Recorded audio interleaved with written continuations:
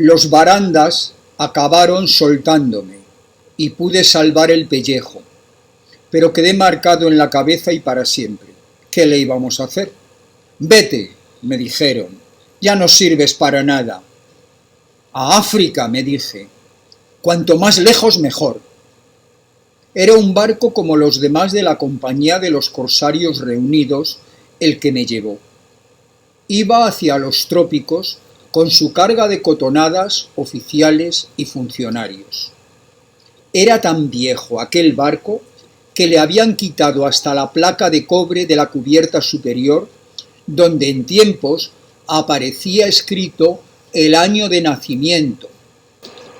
Databa de tan antiguo su nacimiento que habría inspirado miedo a los pasajeros, y también cachondeo, con que me embarcaron en él para que intentara restablecerme en las colonias. Quienes bien me querían deseaban que hiciera fortuna. Por mi parte yo solo tenía ganas de irme, pero como cuando no eres rico siempre tienes que parecer útil, y como por otro lado nunca acababa mis estudios, la cosa no podía continuar así. Tampoco tenía dinero suficiente para ir a América. Pues a África, dije entonces, y me dejé llevar hacia los trópicos, donde, según me aseguraban, bastaba con un poco de templanza y buena conducta para labrarse pronto una situación. Aquellos pronósticos me dejaban perplejo. No tenía muchas cosas a mi favor, pero desde luego tenía buenos modales. De eso no había duda. Actitud modesta, deferencia fácil y miedo siempre de no llegar a tiempo. Y además, el deseo de no pasar por encima de nadie en la vida. En fin, delicadeza. Cuando has podido escapar de un matadero internacional enloquecido, no deja de ser una referencia en cuanto a tacto y discreción. Pero volvamos a aquel viaje. Mientras permanecimos en aguas europeas, la cosa no se anunciaba mal. Los pasajeros enmohecían repartidos en la sombra de los entrepuentes, en los váteres, en el fumadero, en grupitos suspicaces y gangosos. Todos ellos bien embebidos de amer pisón y chismes de la mañana a la noche. Eructaban, dormitaban y vociferaban sucesivamente, y al parecer sin añorar nunca nada de Europa. Nuestro navío se llamaba el Amiral Bragueton. Debía de mantenerse sobre aquellas aguas tibias solo gracias a su pintura. Tantas capas acumuladas como pieles de cebolla habían acabado constituyendo una especie de segundo casco en el Amiral Bragueton. Bogábamos hacia África, la verdadera, la grande, la de selvas insondables, miamas deletéreas, soledades invioladas, hacia los grandes tiranos negros repantigados en las confluencias de ríos sin fin. Por un paquete de hojas de afeitar pilé, iba yo a sacarles marfiles así de largos, aves resplandecientes, esclavas menores de edad. Me lo habían prometido. Vida de obispo, vamos. Nada en común con esa África descortezada de las agencias y monumentos, los ferrocarriles y el guirlache. Ah, no. Nosotros íbamos a verla en su jugo, el África auténtica, nosotros, los pasajeros del Amiral Bragueton, que no dejábamos de darle a la priva. Pero tras pasar ante las costas de Portugal, las cosas empezaron a estropearse. Irresistiblemente, cierta mañana, al despertar, nos vimos como dominados por un ambiente de estufa infinitamente tibio, inquietante. El agua en los vasos, el mar, el aire, las sábanas, nuestro sudor, todo tibio, caliente. En adelante imposible de noche, de día, tener ya nada fresco en la mano, bajo el trasero, en la garganta, salvo el hielo del bar con el whisky. Entonces, una vil desesperación se abatió sobre los pasajeros del Amiral Bragueton, condenados a no alejarse jamás del bar, embrujados, pegados a los ventiladores, soldados a los cubitos de hielo, intercambiando amenazas después de las cartas y disculpas en cadencias incoherentes. No hubo que esperar mucho. En aquella estabilidad desesperante de calor, todo el contenido humano del navío se coaguló en una borrachera masiva. Nos movíamos remolones entre los puentes, como pulpos en el fondo de una bañera de agua estancada. Desde aquel momento vimos desplegarse a flor de piel la angustiosa naturaleza de los blancos, provocada, liberada, bien a la vista por fin, su auténtica naturaleza de verdad, igualito que en la guerra. Estufa tropical para instintos semejantes a los sapos y víboras que salen por fin a la luz en el mes de agosto por los flancos agrietados de las cárceles. En el frío de Europa, bajo las púdicas nieblas del norte, aparte de las matanzas, tan solo se sospecha la hormigueante crueldad de nuestros hermanos. Pero en cuanto los excita la fiebre innoble de los trópicos, su corrupción invade la superficie. Entonces nos destapamos como locos y la porquería triunfa y nos recubre por entero. Es la confesión biológica. Desde el momento en que el trabajo y el frío dejan de coartarnos, aflojan un poco sus tenazas, descubrimos en los blancos lo mismo que en la alegre ribera, una vez que el mar se retira. La verdad, charcas pestilentes, cangrejos, carroña y zurullos de mierda. Así, pasado Portugal, todo el mundo en el navío se puso a liberar los instintos con rabia, ayudado por el alcohol y también por esa sensación de satisfacción íntima que procura una gratuidad de viaje absoluta, sobre todo a los militares y funcionarios en activo. Sentirse alimentado, alojado y abrevado, gratis, durante 4 semanas seguidas, es bastante por sí solo, ¿no? Al pensarlo, para delirar de economía. Por consiguiente, yo, el único que pagaba el viaje, parecí, en cuanto se supo esa particularidad, singularmente descarado y del todo insoportable. Si hubiera tenido alguna experiencia de los medios coloniales, al salir de Marsella habría ido compañero indigno a pedir de rodillas perdón, indulgencia a aquel oficial de infantería colonial que me encontraba por todas partes, el de graduación más alta, y a humillarme. Además, tal vez, para mayor seguridad, a los pies del funcionario más antiguo. Quizás entonces me habrían tolerado entre ellos sin inconveniente aquellos pasajeros fantásticos, pero mi inconsciente pretensión de respirar, ignorante de mí en torno a ellos, estuvo a punto de costarme la vida. Nunca se es bastante temeroso. Gracias a cierta habilidad, solo perdí el amor propio que me quedaba. Veamos cómo ocurrió. Algo después de pasar las Islas Canarias, supe por un camarero que todos estaban de acuerdo en considerarme presumido, insolente incluso, que me suponían chulo putas y al mismo tiempo pederasta, un poco cocainómano incluso. Por eso, por añadidura, después se abrió paso la idea de que debía huir de Francia ante las consecuencias de fechorías de lo más graves. Sin embargo, eso solo era el comienzo de mis adversidades. Entonces me enteré de la costumbre impuesta en aquella línea, la de no aceptar sino con extrema circunspección acompañada, por cierto, de novatadas, a los pasajeros que pagaban, es decir, los que no gozaban ni de la gratuidad militar ni de los convenios burocráticos, pues las colonias francesas, como es sabido, eran propiedad exclusiva de la nobleza de los anuarios. Al fin y al cabo, existen muy pocas razones válidas para que un civil desconocido se aventure en esa dirección. Espía, sospechoso, encontraron 1000 razones para mirarme con mala cara, los oficiales a los ojos, las mujeres con sonrisa convenida. Pronto, hasta los propios criados, alentados, intercambiaban a mi espalda comentarios de lo más cáusticos. Al final, nadie dudaba que yo era el mayor y más insoportable granuja a bordo, y por así decirlo, el único. La cosa prometía. Mis vecinos de mesa eran 4 agentes de correos de Gabón, hepáticos desdentados. Familiares y cordiales al principio de la travesía, después no me dirigieron ni una triste palabra. Es decir, que por acuerdo tácito me colocaron en régimen de vigilancia común. Llegó un momento en que no salía de mi camarote sino con infinitas precauciones. La atmósfera de horno nos pesaba sobre la piel como un cuerpo sólido. En cueros y con el cerrojo echado, ya no me movía e intentaba imaginar qué plan podían haber concebido los diabólicos pasajeros para perderme. No conocía a nadie a bordo y, sin embargo, todo el mundo parecía reconocerme.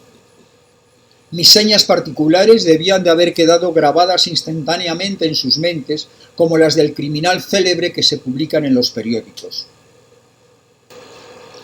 Desempeñaba, sin quererlo, el papel del indispensable, infame y repugnante canalla, vergüenza del género humano, señalado por todos lados a lo largo de los siglos, del que todo el mundo ha oído hablar, igual que del diablo y de Dios, pero que siempre es tan distinto, tan huidizo en la tierra y en la vida inaprensible, en resumidas cuentas. Habían sido necesarias, para aislarlo, al canalla, para identificarlo, sujetarlo, las circunstancias excepcionales que sólo se daban en aquel estrecho barco. Un auténtico regocijo general y moral se anunciaba a bordo del amiral Braguetón. El inmundo no iba a escapar a su suerte. Era yo. Por sí solo, aquel acontecimiento bien valía el viaje. Recluido entre aquellos enemigos espontáneos, intentaba yo, a duras penas, identificarlos sin que lo advirtieran. Para lograrlo, los espiaba impunemente, sobre todo de mañana, por la ventanilla de mi camarote. Antes del desayuno, tomando el fresco, peludos del pubis a las cejas y del recto a la planta de los pies, en pijama, transparentes al sol, tendidos a lo largo de la borda, con el vaso en la mano, venían a eructar allí mis enemigos y amenazaban ya con vomitar alrededor, sobre todo el capitán de ojos saltones e inyectados, a quien el hígado atormentaba de lo lindo desde la aurora. Al despertar, preguntaba sin falta por mí a los otros guasones si aún no me habían tirado por la borda, según decía, como un gargajo. Para ilustrar lo que quería decir, escupía al mismo tiempo en el mar espumoso. ¡Qué cachondeo! El amiral apenas avanzaba, se arrastraba más que nada ronroneando entre uno y otro balanceo. Ya es que no era un viaje, era una enfermedad. Los miembros de aquel concilio matinal, al examinarlos desde mi rincón, me parecían todos profundamente enfermos, palúticos, alcohólicos, sifilíticos seguramente. Su decadencia, visible a 10 metros, me consolaba un poco de mis preocupaciones personales. Al fin y al cabo, eran unos vencidos tanto como yo, aquellos matones. Aún fanfarroneaban, simplemente. La única diferencia. Los mosquitos se habían encargado ya de chuparlos y destilarles en plenas venas esos venenos que no desaparecen nunca. El trepanoma les estaba ya limando las arterias. El alcohol les roía el hígado, el sol les resquebrajaba los riñones, las ladillas se les pegaban a los pelos y el eczema a la piel del vientre. La luz cegadora acabaría achicharrándoles la retina. Dentro de poco, ¿qué les iba a quedar? Un trozo de cerebro. ¿Para qué, me lo queréis decir? ¿Allí donde iban? ¿Para suicidarse? Solo podía servirles para eso un cerebro allí donde iban. Digan lo que digan, no es divertido envejecer en los países en que no hay distracciones. Te ves obligado a mirarte al espejo, cuyo azogue enmohece, y verte cada vez más decaído, cada vez más feo. No tardas en pudrirte entre el verdor, sobre todo cuando hace un calor atroz. Al menos, el norte conserva las carnes. La gente del norte es pálida de una vez para siempre. Entre un sueco muerto y un joven que ha dormido mal, poca diferencia hay. Pero el colonial está ya cubierto de gusanos un día después de desembarcar. Los esperaban impacientes esas vermes infinitamente laboriosas, y no los soltarían hasta mucho después de haber cruzado el límite de la vida. Sacos de larvas. Nos faltaban aún 8 días de mar antes de hacer escala en Bragamans, primera tierra prometida. Yo tenía la sensación de encontrarme dentro de una caja de explosivos. Ya apenas comía para no acudir a su mesa ni atravesar los entrepuentes en pleno día. Ya no decía ni palabra. Nunca me veían de paseo. Era difícil estar tan poco como yo en el barco, incluso viviendo en él. Mi camarero, padre de familia él, tuvo a bien confiarme que los brillantes oficiales de la colonial habían jurado con el vaso en la mano abofetearme a la primera ocasión y después tirarme por la borda. Cuando le preguntaba por qué, no sabía y me preguntaba a su vez qué había hecho yo para llegar a ese extremo. Nos quedábamos ambos con la duda. Aquello podía durar mucho tiempo. No gustaba mi jeta y se acabó. Nunca más se me ocurriría viajar con gente tan difícil de contentar. Estaban tan desocupados, además, encerrados durante 30 días consigo mismos, que les bastaba muy poco para apasionarse. Por lo demás, no hay que olvidar que en la vida corriente 100 individuos, por lo menos a lo largo de una sola jornada muy ordinaria, desean quitarte tu pobre vida. Por ejemplo, todos aquellos a quienes molestas apretujados en la cola del metro detrás de ti. Todos aquellos también que pasan delante de tu apartamento y que no tienen dónde vivir. Todos los que esperan a que acabes de hacer pipí para hacerlo ellos. Tus hijos por último, y tantos otros. Es incesante, te acabas acostumbrando. En el barco, el apiñamiento se nota más, con que es más molesto. En esa olla que cuece a fuego lento, el churre de esos seres escaldados se concentra. Los presentimientos de la soledad colonial que los va a sepultar pronto, a ellos y su destino, los hace gemir ya como agonizantes. Se chocan, muerden, laceran, babean. Mi importancia a bordo aumentaba prodigiosamente de un día para otro. Mis raras llegadas a la mesa, por furtivas y silenciosas que procurara hacerlas, cobraban carácter de auténticos acontecimientos. En cuanto entraba en el comedor, los 120 pasajeros se sobresaltaban, cuchicheaban. Los oficiales de la colonial, bien cargados de aperitivo tras aperitivo en torno a la mesa del comandante. Los recaudadores de impuestos, las institutrices congoleñas sobre todo, de las que el almiral Braguetón llevaba un buen surtido, habían acabado, entre suposiciones malévolas y deducciones difamatorias, atribuyéndome una importancia infernal. Al embarcar en Marsella, yo no era sino un soñador insignificante, pero ahora, a consecuencia de aquella concentración irritada de alcohólicos y vaginas impacientes, me encontraba irreconocible, dotado de un prestigio inquietante. El comandante del navío, gran bribón, astuto y verrugoso, que con gusto me estrechaba la mano al comienzo de la travesía cada vez que nos encontrábamos, ahora no parecía ya reconocerme siquiera, igual que se evita un hombre buscado por un feo asunto, culpable ya. ¿De qué? Cuando el odio de los hombres no entraña riesgo alguno, su estupidez se deja convencer rápido. Los motivos vienen solos. Por lo que me parecía discernir en la malevolencia compacta en que me debatía, una de las señoritas institutrices animaba al elemento femenino de la conjuración. Volvía al Congo a diñarla, al menos así lo esperaba yo, la muy puta.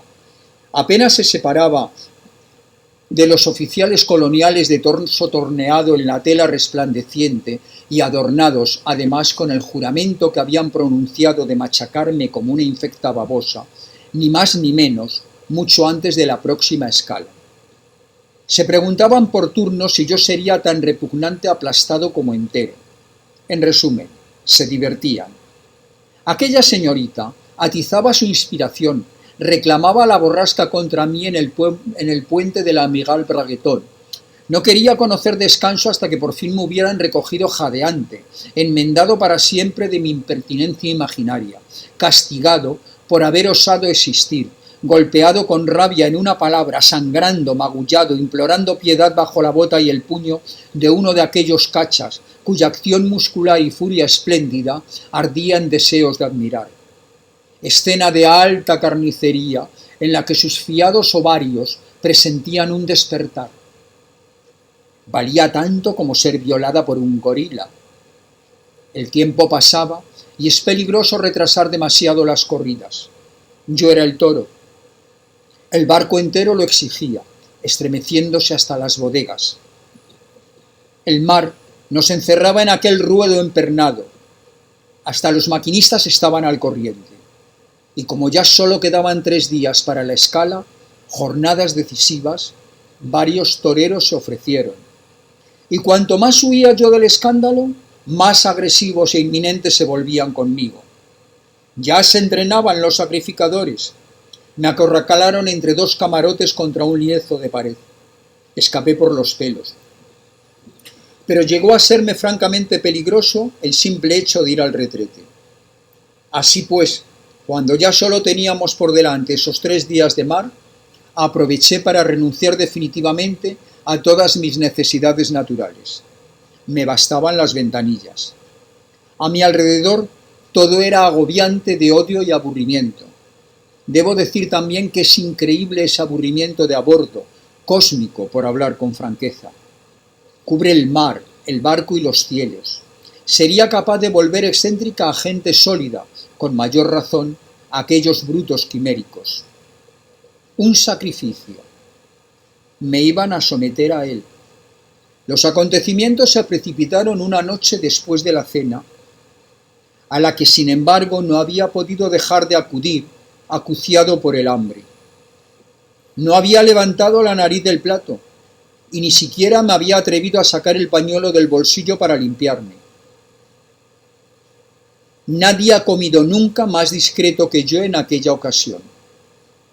De las máquinas te subía, estando sentado hacia el trasero, una vibración incesante y tenue. Mis vecinos de mesa debían estar al corriente de lo que habían decidido en relación conmigo, pues para mi sorpresa se pusieron a hablarme por extenso y con gusto de duelos y estocadas, a hacerme preguntas. En aquel momento también, la institutriz del Congo, la que tenía tan mal aliento, se dirigió hacia el salón. Tuve tiempo de notar que llevaba un vestido de encaje muy pomposo y se acercaba al piano con una como prisa crispada para tocar, si se puede decir así, tonadas que dejaría sin concluir. El ambiente se volvió intensamente nervioso y furtivo. Di un salto para ir a refugiarme en mi camarote. Estaba a punto de alcanzarlo cuando uno de los capitanes de la Colonial, el más echado para adelante, el más musculoso de todos, me cortó el paso, sin violencia, pero con firmeza. «Subamos al puente», me ordenó. Al instante estábamos arriba. Para aquella ocasión llevaba su kepis más dorado. Se había abotonado enteramente del cuello a la bragueta, cosa que no había hecho desde nuestra partida. Estábamos, pues, en plena ceremonia dramática. No me llegaba la camisa al cuerpo y el corazón me latía a la altura del ombligo. Aquel preámbulo, aquella impecabilidad anormal, me hicieron presagiar una ejecución lenta y dolorosa. Aquel hombre me daba la sensación de un fragmento de la guerra colocado de repente en mi camino, testarudo, tarado, asesino. Detrás de él, cerrándome la puerta del entrepuente, se alzaban al tiempo 4 oficiales subalternos, atentos en extrema, escolta de la fatalidad. No había, pues, medio de escapar. Aquella interpelación debía de estar minuciosamente preparada. «Señor, ante usted el capitán Frémifon, de las tropas coloniales. En nombre de mis compañeros y del pasaje de este barco, con razón indignados por su incalificable conducta, tengo el honor de pedirle una explicación. Ciertas declaraciones que ha hecho usted respecto a nosotros desde la salida de Marsella son inaceptables. Ha llegado el momento, señor mío, de que exprese bien alto sus quejas, de proclamar lo que vergonzosamente cuenta por lo bajo desde hace 21 días, de decirnos, al fin, lo que piensa». Al oír aquellas palabras, sentí un inmenso alivio. Había temido una ejecución irremediable, pero ya que el capitán hablaba, Me ofrecían una escapatoria. Me precipité a aprovechar la oportunidad. Toda posibilidad de cobardía se convierte en una esperanza magnífica a quien sabe lo que se trae entre manos. Esa es mi opinión. No hay que mostrarse nunca delicado respecto al medio de escapar del destripamiento, ni perder el tiempo tampoco buscando las razones de la persecución de la que sea uno víctima. Al sabio le basta con escapar. «Capitán», le respondí con todo el convencimiento de voz de que era capaz en aquel momento, «qué extraordinario error iba usted a cometer. ¿Yo? ¿Cómo puede atribuirme a mí semejantes pérfidos sentimientos? Es demasiada injusticia, la verdad. Solo de pensarlo me pongo enfermo. ¿Cómo? Yo, que hace nada era un defensor de nuestra querida patria. Yo, que he mezclado mi sangre con la de usted durante años en innumerables batallas. ¿Qué injusticia iba a cometer usted conmigo, capitán? Después, dirigiéndome al grupo entero, ¿cómo han podido ustedes, señores, creer semejante maledicencia? Llegar hasta el extremo de pensar que yo, hermano de ustedes, en resumidas cuentas, me empeñaba en propalar inmundas calumnias sobre oficiales heroicos, es el colmo, la verdad. Y eso en el momento en que se aprestan esos valientes incomparables, a reanudar la custodia sagrada de nuestro inmortal imperio colonial. Proseguí. Allí, donde los más magníficos soldados de nuestra raza se han cubierto de gloria eterna. Los Mangin, los Feder, los Gallieni. Ah, capitán, yo una cosa así. Hice una pausa. Esperaba mostrarme conmovedor. Por fortuna, así fue por un instante. Entonces, sin perder tiempo, aprovechando el armisticio de la cháchara, fui derecho hacia él y le estreché las dos manos con emoción. Con sus manos encerradas en las mías, me sentía un poco más tranquilo. Sin soltarlas, seguí explicándome con locuacidad, y al tiempo que le daba 1000 veces la razón, le aseguraba que nuestras relaciones debían empezar de nuevo y esta vez sin equívocos. Que mi natural y estúpida timidez era la única causa de aquella fantástica confusión. Que desde luego mi conducta se podía haber interpretado como un inconcebible desdén hacia aquel grupo de pasajeros y pasajeras, héroes y encantadores mezclados, reunión providencial de grandes caracteres y talentos, sin olvidar a las damas, intérpretes musicales incomparables, ornato del barco. Al tiempo que pedía perdón profusamente, solicité, para acabar, que me admitieran sin dilación ni restricción alguna en su alegre grupo patriótico y fraterno, en el que desde aquel momento y para siempre deseaba ser amable compañía. Sin soltarle las manos, por supuesto, intensifiqué la elocuencia. Mientras no mate, el militar es como un niño. Resulta fácil divertirlo. Como no está acostumbrado a pensar, en cuanto le hablas, se ve obligado, para intentar comprenderte, a hacer esfuerzos extenuantes. El capitán Fremizón no me mataba, no estaba bebiendo tampoco, no hacía nada con las manos ni con los pies, tan solo intentaba pensar. Y eso era superior a sus posibilidades. En el fondo, yo lo tenía sujeto por la cabeza. Gradualmente, mientras duraba aquella prueba de humillación, yo notaba que mi amor propio estaba listo para dejarme, esfumarse aún más y después soltarme, abandonarme del todo, por así decir, oficialmente. Digan lo que digan, es un momento muy agradable. Después de ese incidente, me volví para siempre infinitamente libre y ligero, moralmente, claro está. Tal vez lo que más se necesite para salir de un apuro en la vida sea el miedo. Por mi parte, desde aquel día nunca he deseado otras armas ni otras virtudes.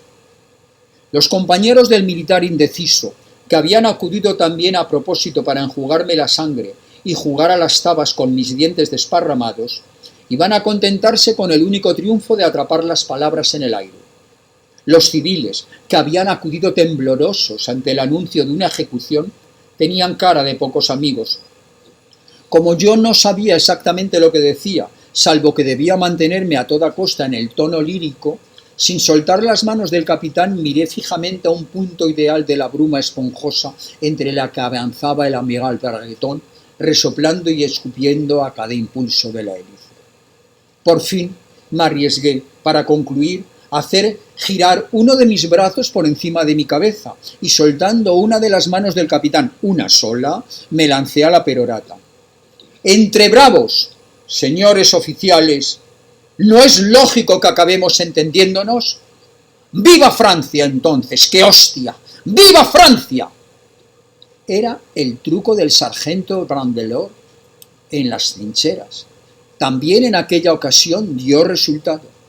Fue el único caso en que Francia me salvó la vida. Hasta entonces había sido más bien lo contrario. Observé entre los oyentes un momentito de vacilación, pero de todos modos, a un oficial, por poco predispuesto que esté, le resulta muy difícil abofetear a un civil en público en el momento en que éste grita tan fuerte como yo acababa de hacerlo: ¡Viva Francia! Aquella vacilación me salvó. Cogí 2 brazos al azar en el grupo de oficiales e invité a todo el mundo a venir a ponerse las botas en el bar a mi salud y por nuestra reconciliación. Aquellos valientes no resistieron más de 1 minuto y a continuación bebimos durante 2 horas.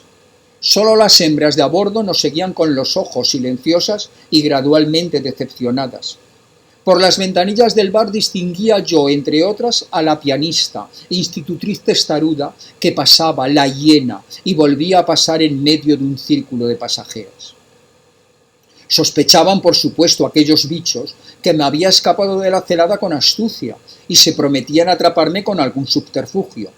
Entretanto, bebíamos sin cesar entre hombres bajo el inútil pero cansino ventilador que desde las Islas Canarias intentaba en vano desmigajar el tibio algodón atmosférico.